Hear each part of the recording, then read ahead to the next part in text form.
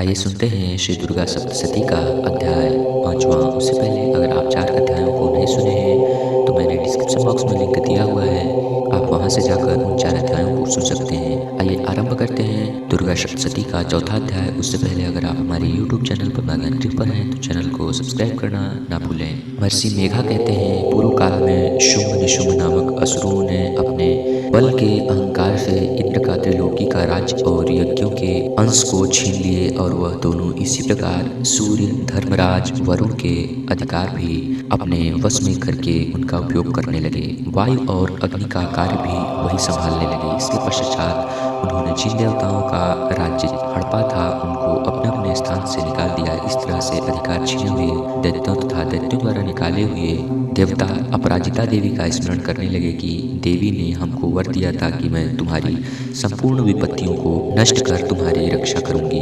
ऐसा विचार कर सब देवता हिमालय पर्वत पर गए और माता माया की, जो भगवान विष्णु की योग माया कहलाती हैं, उनकी स्तुति करने लगे।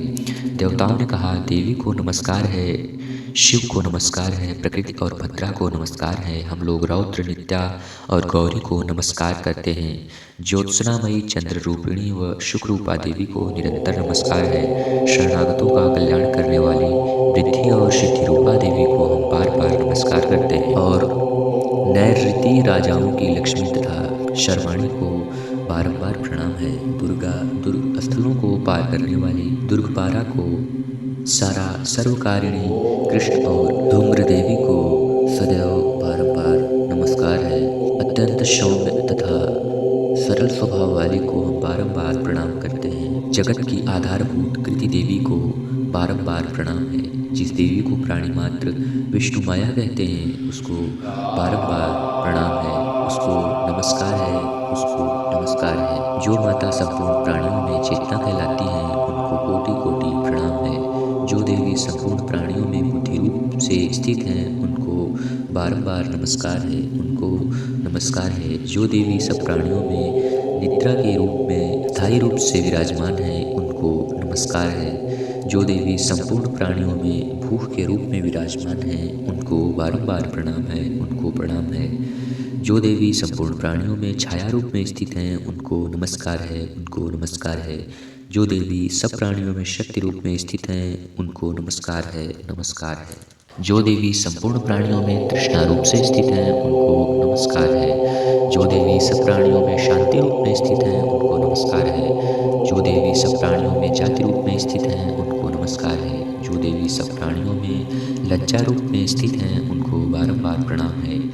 जो देवी संपूर्ण प्राणियों में श्रद्धा रूप से स्थित है उनको बारंबार प्रणाम है। जो देवी संपूर्ण प्राणियों में कांति के रूप में स्थित हैं, जो देवी सब प्राणियों में लक्ष्मी के रूप में स्थित हैं उनको बारंबार नमस्कार है। जो देवी संपूर्ण प्राणियों में वित्त रूप में स्थित हैं उनको बारंबार प्रणाम है। जो देवी सब प्राणियों में स्मृति रूप में विराजमान है उनको भी कोटि कोटि प्रणाम है। जो देवी सब प्राणियों में दया रूप में स्थित है उनको नमस्कार करते हुए हम प्राणियों के दुष्ट रूप में जो स्थित हैं उनको भी बारंबार प्रणाम करते हैं। जो देवी संपूर्ण प्राणियों में मातृ रूप में विराजमान है उनको भी बारंबार प्रणाम है। जो देवी संपूर्ण प्राणियों में भ्रांति रूप में स्थित है उनको भी बारंबार प्रणाम है। जो देवी चैतन्य रूप से इस संपूर्ण संसार को व्याप्त करने में स्थित है उनको भी बारंबार प्रणाम है। पूर्व काल में देवताओं ने अपने अभीष्ट फल पाने के लिए जिसकी स्तुति की है और देवराज इंद्र ने बहुत दिनों तक जिसका सेवन किया है, वह कल्याण की साधना भूता ईश्वरी हमारा कल्याण और मंगल करें तथा सारी विपत्तियों का नष्ट कर डालें। असुरों के सताए हुए हम संपूर्ण देवता उस माता को इस समय बारंबार प्रणाम करते हैं तथा जो भक्तिपूर्वक स्मरण किए जाने पर तुरंत ही सब विपत्तियों को नाश करके भक्तों को खुशहाली देती हैं, वह जगदम्बा इस समय हमारा मंगल करके हमारी समस्त विपत्तियों को दूर करने की कृपा करें। महर्षि मेघा कहते हैं, हे राजन, इस प्रकार जब देवता स्तुति कर रहे थे तो उसी समय माता पार्वती गंगा स्नान के लिए तट पर आईं। उनके शरीर से प्रकट होकर शिवा देवी बोली, शुंभ दैत्य के द्वारा स्वर्ग से निकले हुए और निशुंभ से हारे हुए देवता मेरी स्तुति कर रहे हैं। पार्वती के शरीर से अंबिका निकली थी, इसलिए उसको संपूर्ण लोक में कौशिकी कहते हैं।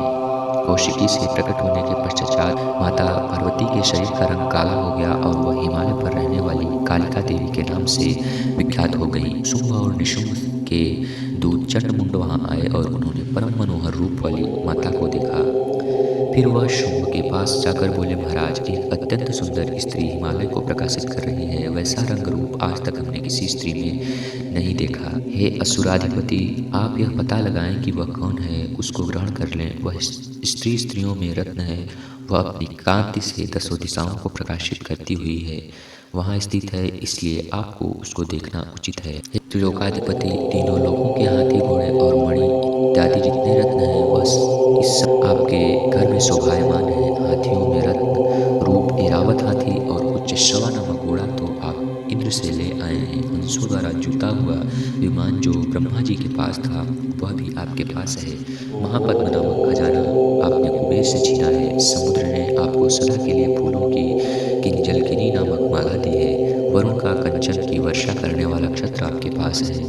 रथों में श्रेष्ठ प्रजापति का रथ भी आपके पास ही है। हे दैत्यों के राजा, मृत्यु से उत्क्रांतिका नामक शक्ति भी आपने छीन ली है और वरुण का पाश भी आपके भ्राता ऋषभ के अधिकार क्षेत्र में है। और जो अग्नि में न जल सके ऐसे तो वस्त्र भी अग्निदेव ने आपको दिए हैं। हे असुराधिपति, इस प्रकार सारी रत्नरूपी वस्तुएं आपके संग्रह में हैं। फिर कल्याणकारी स्त्रियों में रत्नरूप अनुपम स्त्री आपके पास क्यों नहीं हो सकती?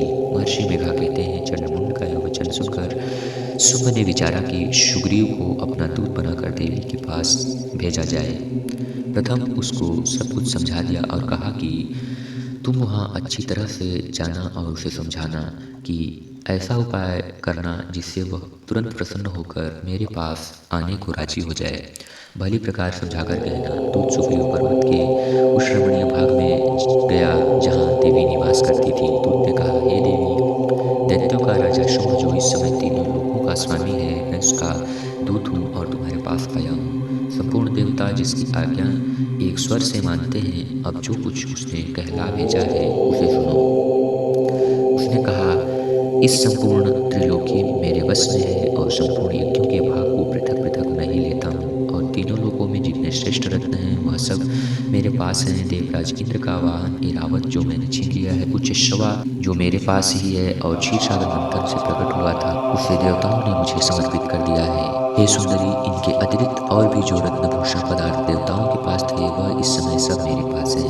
हे देवी, मैं तुम्हें संसार की स्त्रियों में रत्न मानता हूँ क्योंकि रत्नों का उपभोग करने वाला मैं ही हूँ। हे चंचल कटाओं वाली सुंदरी, अब यह मैं तुझ पर छोड़ देता हूँ कि तू मेरे या मेरे भाई महापराक्रमी शुंभ की अथवा निशुंभ की सेवा में आ जाए। यदि तू मुझे वरेगी तो तुझे अचल महान ऐश्वर्य की प्राप्ति होगी। अतः तुम अपनी बुद्धि से ऐसा विचार कर मेरे पास चली आओ। महर्षि मेघा कहते हैं, दूत के ऐसा कहने पर संपूर्ण जगत का कल्याण करने वाली माता भगवती मन ही मन मुस्कुराई और इस प्रकार कहने लगी। देवी ने कहा, हे दूत, तू जो कुछ कह रहा है वह सत्य है और इसमें किंचित मात्र भी असत्य नहीं है। शुंभ इस समय तीनों लोगों का स्वामी है और निशुंभ भी उसी की तरह पराक्रमी है, किंतु इसके संबंध में मैं जो प्रतिज्ञा कर चुकी हूँ मैं उससे कैसे झुठला सकती हूँ। अतः मैंने जो प्रतिज्ञा की है उसे सुनो।